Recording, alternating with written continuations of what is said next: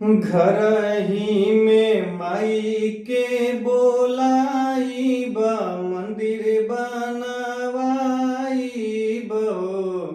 मैया लाली रे चंदनिया तनाई ब, भजन गवाई बहो। मैया लाली रे चंदनिया तनाई ब, भजन गवाई बहो।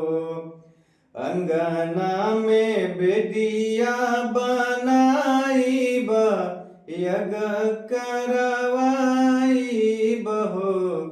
मैया सातोरे बहिनी के बोलाई ब, भगतिन हो जाई बहो।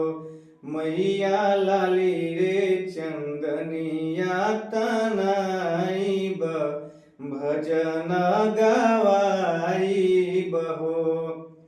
सुती उठी देखी के जुड़ाई ब, पुण्य हम पाई बहो।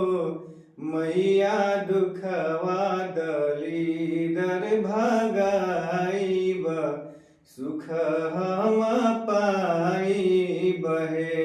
मैया लाली रे चंदनिया चढ़ाई ब, भजन गवाई बहो।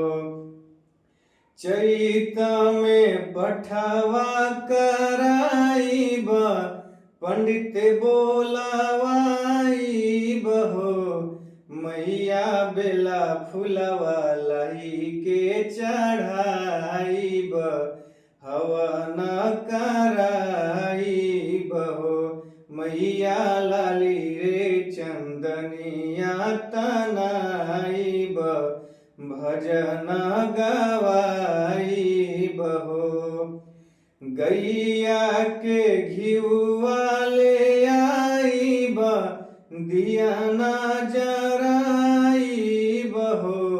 मैया छाक लवंग के चढ़ाई ब, माई के मनाई बहो। मैया लाली रे चंदनिया तनाई ब, भजन गवाई बहो। गीत शिवपुरी से लिखवाई ब, चंदन से गवाई बहो। मैया चरण में शीश झुकाई ब, नित गुण गाई बहो।